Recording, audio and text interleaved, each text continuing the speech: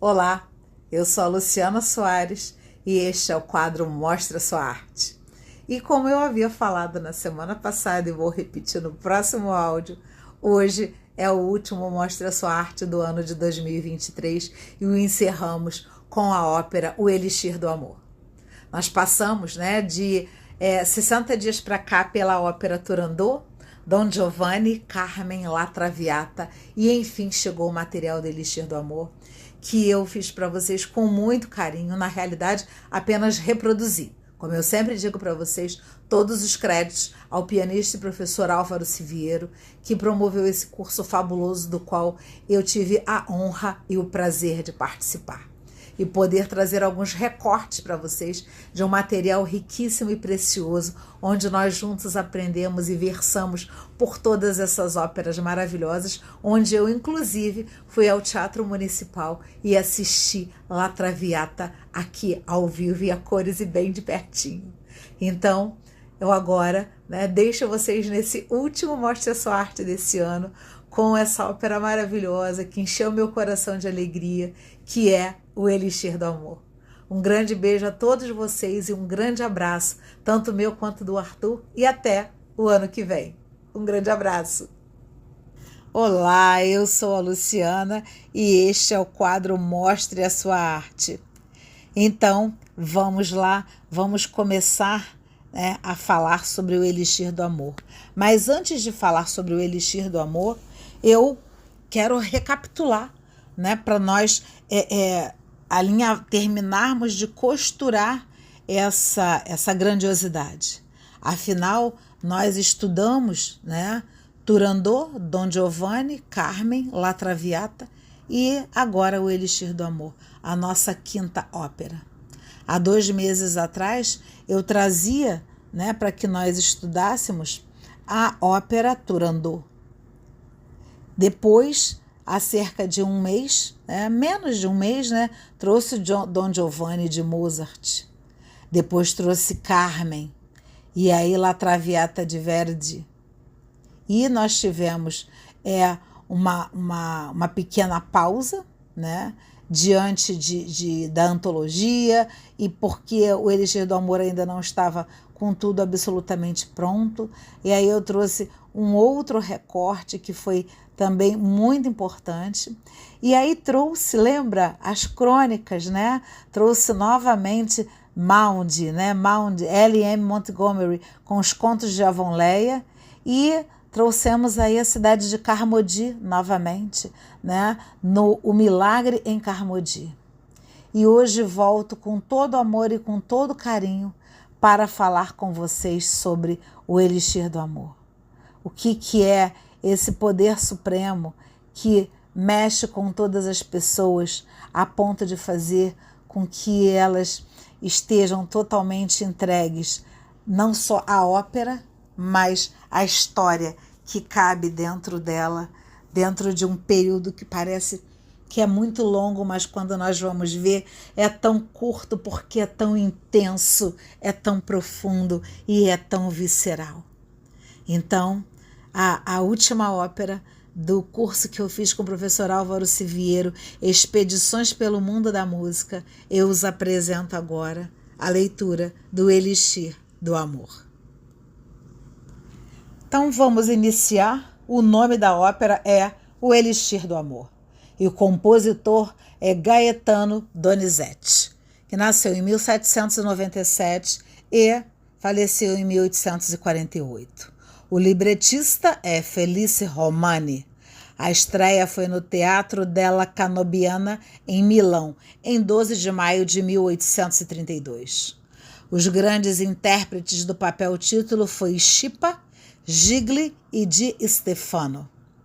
Então, nós temos aí como o resumo da ópera os personagens: Nemorino, que é um jovem camponês que é o tenor; Adina, que é rica proprietária de uma fazenda, que é uma soprano; Belcore é o sargento, que é o barítono; Dulcamara, que é o curandeiro, é o baixo; e Gianetta, uma jovem camponesa, que é a soprano.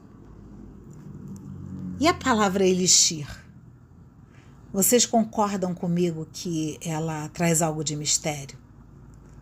Como que por meio de um elixir podemos obter aquilo que mais desejamos, o amor? Como assim? É claro que o Elixir do Amor se trata de uma ópera bufa, e nós já falamos sobre ópera bufa, que tem o quê? Que tem uma parte cômica, uma parte engraçada, uma parte muito alegre e festiva, ou seja, ela tem o estilo de uma ópera leve, cômica, divertida, apesar de veicular um conteúdo humano profundo. Dependendo da força cênica dos intérpretes, algumas cenas podem se tornar verdadeiramente hilariantes. E Donizete compôs o Elixir do Amor em apenas 2 semanas, já que o compositor originalmente contratado não entregou o trabalho prometido. Apoiou-se para isso no libreto do famoso libretista Romani. A trama se passa em uma pequena aldeia basca, uma região noroeste da Espanha, no final do século XVIII. Entre a jovem Adina, culta e manipuladora, Nemorino, um simples camponês completamente apaixonado por ela, Doutor do Camara, um charlatão, e o sargento Belcore, apaixonado por Adina. Então vamos agora saber os atos? Como que está dividido, antes de eu falar sobre os atos, ela está dividida em um ato, vamos lá, no primeiro ato. No primeiro ato, o que se traz nele? Nós vamos ver aí que a beleza e a riqueza se tornaram extremamente exigentes à jovem Adina. Ela ri da timidez com que o apaixonado Nemorino a corteja, zomba da lenda de Tristão e Isolde e comemora o fato de não mais existirem porções capazes de reduzir o alegre coração das mulheres à escravidão do amor. Mas, na verdade, não parece tão diferente ao rapaz, mostrando-se antes irritada com a sua falta de coragem de ir direto ao assunto. Chegando à aldeia, no comando de uma tropa, o sargento Belcore tenta tomar de assalto o coração da rica fazendeira. Os aldeões alertam Nemorino sobre o rival militar e ele é quase levado ao desespero. Entra o charlatão viajante do Camara, de quem Nemorino compra, ansioso, um frasco de Bordeaux barato, convencido de que se trata de um milagroso elixir de amor que em 24 horas lhe permitirá conquistar o coração de Adina. Nemorino bebe todo o conteúdo da garrafa de uma só talagada e logo se faz sentir um certo efeito. Tomado de extravagante alegria, ele começa a cantar e a dançar, esquecendo Adina e seu mal de amor. Despeitada, ela resolve se vingar. Aceita o noivado proposto por Belcore. Chegam ordens para a imediata partida da tropa e o sargento pressiona Adina a um casamento imediato que ela aceita, sempre para se vingar de Nemorino. O apaixonado camponês procura consolar-se cantando e dançando ainda mais animadamente, encerrando assim o primeiro ato. Quando inicia o ato 2, os aldeões estão reunidos na fazenda de Adina para comemorar seu casamento com o sargento. Mas dá para notar que ela adia o quanto que pode a assinatura do contrato. Enquanto espera que o elixir surta efeito, Nemorino, para sentir-se mais seguro, quer comprar uma segunda garrafa de Ducamara. Só que não tem mais dinheiro. E como Belcore esteja convocado como voluntário para a tropa, Nemorino se alista e faz o pagamento com o soldo que lhe é adiantado. A nova dose do elixir torna-o ainda mais eufórico. Nemorino já se vê cercado das glórias da carreira militar e é o que é de melhor da admiração das moças da aldeia.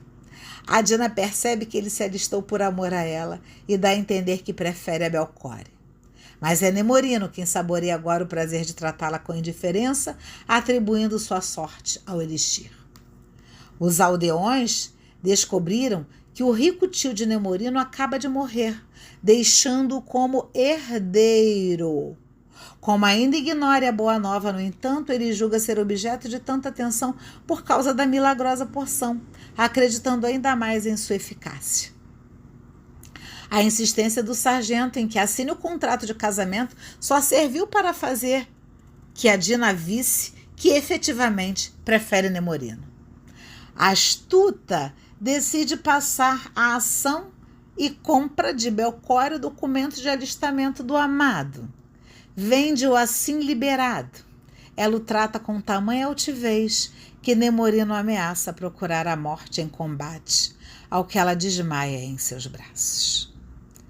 O sargento enfrenta esse contratempo com a bravura de um verdadeiro soldado, afirmando que encontrará outra amada noutras terras.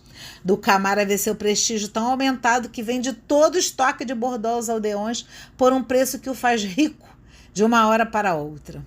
O sargento parte, Adina e Nemorino finalmente se revelam um ao outro.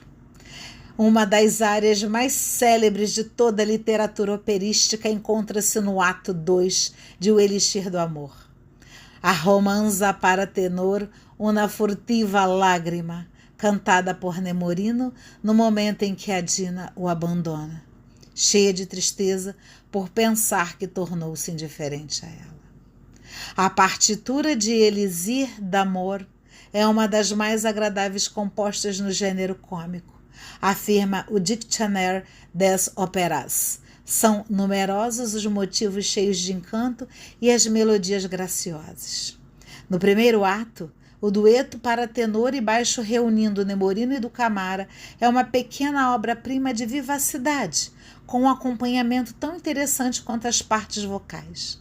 As passagens mais dignas de nota no segundo ato são o coro Cantiamo facciam brindisi, a barcarola para duas vozes Lo son rico tu sei bella, o quarteto del Elixir mirabile e o dueto entre Adina e do Camara Quanto amore, e é a adorável e fluente Romanza de Nemorino, uma furtiva lágrima, urna das mais extraordinárias inspirações de Donizete.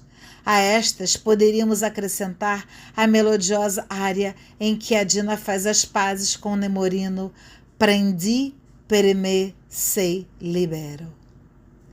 Então agora nós vamos aprender, como sempre faço com vocês, o que nós vamos ver de armadilhas e de orgulho e do triunfo da humildade com esta ópera maravilhosa chamada O Elixir do Amor. Um personagem entre todos da ópera O Elixir do Amor é o coração, é claro. A alma, o fio condutor de toda a trama, o camponês Nemorino. Mais precisamente a sua humildade. Uma humildade que se manifesta numa característica muito marcante e chamativa, que é o que, gente? Dentro do amor, a paciência. Nemorino, literalmente contra tudo e contra todos, against all the odds, como se diz em inglês, não desiste. Compra o elixir, se alista no exército, pega o dinheiro, compra mais elixir, sempre se declara para Adina de modo transparente, simples, perseverante, paciente. Que significa aquela capacidade da pessoa de sofrer. Nemorino é um homem que sabe sofrer e aceita com paciência cada uma das dificuldades que a própria vida e a relação amorosa apresentam para ele. Por que isso, gente? Porque ele é humilde. Muitos autores entendem que quando você adquire uma qualidade, você acaba adquirindo muitas outras em conjunto com ela. Por exemplo, uma pessoa que trabalha bem, que se esforça, acaba adquirindo uma série de outras características, como o quê? Pontualidade, constância, tenacidade, foco, e aí vocês podem acrescentar quantas mais vocês quiserem. São várias outras virtudes que a pessoa acaba adquirindo como fruto daquela decisão primeira de trabalhar bem. Então, entre tantas qualidades de uma pessoa, né, pode existir, pode ter a partir da humildade. E a humildade não é aquela pessoa apoucada, bobinha, não. É aquela que olha para a verdade dos fatos. Aquela que o elogio não lhe sobe a cabeça e a crítica não o deprime. Ele não é nem melhor por ser elogiado e nem pior por ser criticado. Ele é o que é. O humilde é o homem verdadeiro. O amor próprio é inconstante, porque o orgulhoso é impaciente, quer tudo para já. E se alguma coisa o contraria, se as coisas não saem como ele pretendia, se as pessoas que convivem com ele não fazem exatamente como ele quer, ele faz o quê? Ele desestabiliza e se impacienta. Ele não sabe esperar, não sabe sofrer. E na figura de Nemorino vemos tudo isso. Um homem simples, sincero, transparente, doce, humilde, paciente. Paciência como mais uma das características dessa humildade, dessa simplicidade, dessa busca, no fundo, pela verdade, porque a humildade é a verdade. Basta analisarmos a natureza absorvente e desmedida das pretensões do orgulhoso. O orgulhoso deseja a sua realização de um modo imediato, impreterível. Todos os objetivos dele, aqueles que caem sob o olhar da sua ambição, adquirem uma importância tal que ele não admite nenhum tipo de insucesso e nenhum tipo de demora. O orgulhoso é aquele que não concebe que possa haver falhas na sua personalidade. Ele pensa que tem o direito de receber sem nenhum tipo de atraso privilégios, precisamente por causa do valor pessoal que ele julga ter. O orgulhoso cheio de si é uma pessoa que está fora da realidade. Primeiro, porque se julga superior. E segundo, porque não está buscando a verdade. Porque a pessoa orgulhosa não busca a verdade, já que a verdade joga a luz sobre a sua condição humana e sobre o fato de que existe uma diferença entre o projeto e a realização. O orgulhoso pensa que é responsável pela demora do seu próprio sucesso. Não é de nenhuma forma dele. Não são limitações dele. Não é o agir dele. Mas foi a escola, a família, a empresa, os colegas, os superiores, qualquer um que não reconheça as suas tão inflamadas qualidades. Então, o orgulhoso também corre o risco, né? E um grande perigo de se converter num desses velhos prematuros que ficam aí destilando bilis em forma de crítica e de murmuração. E o que é mais triste é que o orgulhoso leva você a se afastar da linha diretriz de um ideal escolhido. Uma pessoa que tem consciência das suas limitações, das suas fraquezas, ela está muito mais inclinada a ponderar e a agradecer os conselhos que lhe chamam a atenção sobre algum perigo ou alguns conselhos que nos mostram as cautelas que devemos ter necessárias para o bom êxito de uma tarefa. É aquele momento, por exemplo, em que a esposa vai dar uma sugestão para o marido e ele não aceita. Ou ao contrário, o marido quer falar alguma coisa para a esposa, ela diz assim: "Ah, mas você está todo dia fora de casa e não conhece a realidade que está acontecendo aqui." Às vezes, uma frase um pouco amarrada, surge uma atitude opaca e impermeável ao diálogo. Repare na atitude, no olhar humilde do camponês Nemorino, de quem ouve prestando atenção, querendo absorver o que está sendo dito. São muitas as situações em que isso acontece. Um outro desdobramento das dificuldades que um homem orgulhoso pode oferecer na vida de convívio, na vida familiar, no namoro, na amizade, é o desdobramento paralelo desse fenômeno, que é ocultar as limitações, ocultar as falhas. Então, que surpresa levanta a infidelidade das personalidades tidas como muralhas, não é? Pessoas que eram firmes, pessoas que eram pai exemplar, ou a deserção de homens considerados inabaláveis. Como explicar um desmoronamento tão repentino? Será que foi loucura do momento ou uma pressão externa arrebatadora? Ou como aquela tempestade que desvenda a luz do sol, numa podridão longamente escondida na medula de um tronco? Todos cometemos erros, e o orgulhoso também. Mas o orgulhoso sente mais acentuadamente a repugnância em reconhecer, em se arrepender, em confessar, em recomeçar a luta de novo. O orgulhoso esconde o erro, recalca o erro, e aos poucos o erro fermenta, até terminar corrompendo a alma.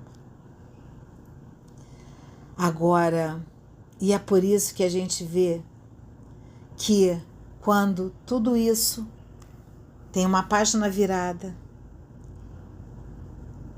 a gente vê que tem algumas pessoas que elas são muito fortes, porque elas têm uma motivação transcendente e humilde, com capacidade de confiar e amar, porque o amor vem antes e vai mais longe do que a confiança. Quem ama confia, e é por isso que persevera. Existe uma relação entre perseverança e humildade, e você percebe como existe uma relação enorme entre inconstância, entre largar as coisas e o orgulhoso que se considera o umbigo do universo. Um grande literato dizia: qual é o segredo da perseverança e da fidelidade? O amor, é claro. Quando nós amamos, nós não abandonamos. O amor, em termos humanos, é a grande motivação. É a grande motivação. O amor dentro de uma perspectiva de fé, de acreditar, de apostar as cartas numa relação gera amor. Um homem sem amor em qualquer terreno é um motor sem combustível. E um homem com amor é mais forte que a morte. Que esse modelo de Nemorino de paciência, de humildade, de transparência, de simplicidade, sirva durante toda a tônica da ópera como um motivo para que a gente aprenda, de um personagem tão simples, o valor da simplicidade, da honestidade, da lealdade e da humildade nas nossas próprias vidas. E aí vamos dar um salto, né? Que um dos momentos mais belos ocorre em um diálogo entre a Adina e o Nemorino logo no início da trama, em que ela afirma ser como o vento livre, pousando sobre diversas flores, volúvel. E ele, por sua vez, revela ser o amor fiel. Ele se autodeclara como forte e sólido, o amor verdadeiro como o rio. Veja que linda a imagem poética feita para desaguar e morrer no mar. A gente sabe que os rios desaguam no mar, como afirmou o cantor Djavan numa obra dele, Oceano. Ele fala assim: você deságua em mim e eu oceano. Quanta poesia e quanto conteúdo numa frase dessas. Eu estou aqui. Enquanto a Dina se declara como o vento volúvel, sem estabilidade, vai para cima, para baixo, Nemorino diz: não, eu sei que eu sou um rio caudaloso, potente, mas eu sei que estou destinado a morrer no mar. É como se ele dissesse: em você, Adina, é que eu quero morrer. Veja que interessante. A Dina, durante o canto dela, diz: pergunte ao vento que voa sem pousar. Uma hora está no lírio, outra hora está na rosa, no gramado. O vento vai dizer que é na natureza móvel e infiel. A natureza do vento é ser móvel e infiel. E Nemorino acrescenta: pergunte ao rio então, porque ele corre dos penhascos, sabendo que no mar ele vai morrer? E o rio responderá que existe uma força que o faz ser assim, e eu quero te seguir. Veja a fortaleza nas decisões que se mede, em primeiríssimo lugar, pela consistência das ideias. E é sob esse prisma que o homem pode ser comparado ao barro ou à rocha. Pessoas fracas não têm uma forma mental própria, assim como o barro. Vão adquirindo sempre a forma que é plasmada neles e sempre por um agente exterior. Moldam-se sobre qualquer pressão. Ficam marcados sob qualquer pegada, se submetem à forma do recipiente onde foram depositados. De modo muito diferente do barro se comportam os homens que se assemelham às rochas. Até a geologia afirma que os minerais que formam as rochas sempre cristalizam no sistema que convém à sua própria natureza. Existe aquela rocha que é cúbica, hexagonal ou octagonal, e tudo isso é feito de acordo com a sua constituição íntima. Assim também são homens fortes. São sempre os mesmos, são sempre eles idênticos a si próprios, sejam quais forem as coordenadas ou as circunstâncias em que eles se encontrem. Elas não desfiguram esses homens que são rocha. São eles, pelo contrário, que estão livres de toda e qualquer manipulação que configura todas as circunstâncias. Eles são os protagonistas de sua própria biografia, de sua própria vida. Eles não são coadjuvantes. E aí eu te pergunto, a que tipo de pessoa nós pertencemos? Nós pertencemos a esse tipo triste como o barro? Ou nós somos realmente um ponto sólido, um centro resistente de ideias, umas convicções fundamentais que constituem o núcleo essencial da nossa personalidade? Luciana, dá tempo de se eu for barro, eu me tornar rocha? É claro que sim. Olha o que uma ópera é capaz de fazer com que nós reflitamos. E aí é muito cedo, Luciana, que eu me pergunte quem eu sou, de onde eu venho, para onde eu vou? Claro que não. Porque, veja, sem possuir uma certeza a esse respeito sobre essa questão, você nunca poderá ter segurança. Como é que você pode viver de um modo seguro, sendo uma pessoa, se você não conhece o sentido da sua vida, da sua morte, da sua doença, da sua dor? Como é que você pode evitar a angústia de que tem consciência, de que a qualquer momento você pode ser jogado numa valeta da própria vida? E aí nós temos terremotos, tsunami, desabamento, e por isso que acontece, a gente vê isso nos noticiários todos os dias. Personalidades inseguras não têm base de ideias firmes. Com a cabeça não sente, mas com o coração não se pensa. Mas há pessoas que pensam com o coração e sentem com a cabeça. E aí é que está o grande problema. O coração precisa, como já dissemos, de uma cabeça de gelo, de um raciocínio frio, depurado de desvios perturbados e perturbadores. E a cabeça, por sua vez, precisa ser entusiasmada. Ela precisa aquecer em um coração de fogo. A cabeça é o volante e o coração é o acelerador. Lembre-se sempre disso. A primeira orienta, o segundo impulsiona.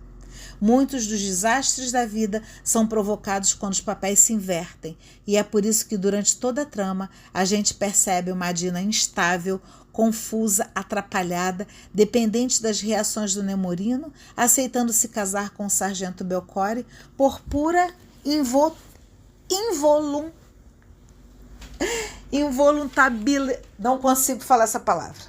Por ser involuntária. Por um capricho, né? Para ser uma palavra mais clara, por um capricho dela, por ter se colocado nessa posição de vento. Então, os papéis, né, se invertem quando o sentimentalismo que comanda uma decisão racional. A Dina poderia até dizer, eu sou assim, são coisas do meu caráter, não é? E como eu já disse para você, nós poderíamos responder de uma forma que tanto me marcou como uma frase escrita por um literato europeu. Não, Adina, não são as coisas do seu caráter, são as coisas da tua falta de caráter. Seria pesado? Poderia parecer grosseiro, mas verdadeiramente é isso. Então, assim, o presidente de uma multinacional resolve, de certo, empregar uma nova secretária pessoal e imediatamente pôs em movimento a máquina burocrática da empresa para contratar essa pessoa. E depois de muitos testes complicados, entre dezenas de candidatos foram selecionadas 3 moças. Para simplificar ao máximo a escolha, fizeram diante do presidente um último teste, formulando para as mesmas as 3 perguntas. Quantos são 2 e 2? E a primeira respondeu que era 4, a segunda disse que pode ser 22 e a terceira disse que poderia ser 4, ou poderia ser 22. Então o psicólogo da empresa entrou na jogada. E a primeira deu a resposta mais óbvia, é um espírito simples, atua sem rodeios. A segunda respondeu que pode ser, é prudente, farejou uma cilada e deu uma resposta reservada. A terceira disse 4 ou 22, mostrou flexibilidade, uma capacidade diplomática, um certo ceticismo. E aí o psicólogo perguntou ao presidente, qual das 3 o senhor escolhe? E o presidente respondeu sem hesitar, a lourinha de olho azul. É isso, você entende? E quando esse comportamento atinge o nível de fenômeno social, surge o que aquele pensador nacional denominava recentemente a civilização dos desejos. Se você gosta, tá tudo certo, tá tudo bem. Mas a dignidade humana reclama algo mais, gente. Exige pensar. Mas também pensar não basta, a verdade que está na cabeça. Se for forte, tem uma capacidade expansiva, invade o coração e no coração se aquece. O coração é o motor da vitalidade. A ideia esclarece, mas ela não se torna propulsora enquanto não se alia à profundidade afetiva de um coração bem resolvido. E é finalizando o elixir do amor que eu digo para vocês que as verdades fundamentais se transformam realmente em ideias vitais quando se entranham no coração pelo amor. Eu estou amando quando eu sou um vento que vou para lá e vou para cá nos lírios, nas rosas, no gramado, como a Dina comentou? Isso é amar? Se nós não amamos, é muito difícil que exista na vida dessas pessoas um verdadeiro ideal. Que o entendimento do que é amor verdadeiro entre na sua vida corretamente e que você vive esse amor para todo sempre corretamente também. Eu encerro aqui deixando para você o Kinemorino com toda a sua simplicidade quando fica sabendo que a Dina chorou por causa dele. Declama e canta. Se pode morrer de amor. É aquele rio que ele se autodeclarou no início, que é falado ao morrer no oceano. Que você encontre essa fidelidade, essa lealdade, esse comprometimento, esse exercício de um amor verdadeiro. E eu garanto para você que você será muito feliz. E isso é o que eu mais desejo. É todo o meu desejo para todos vocês.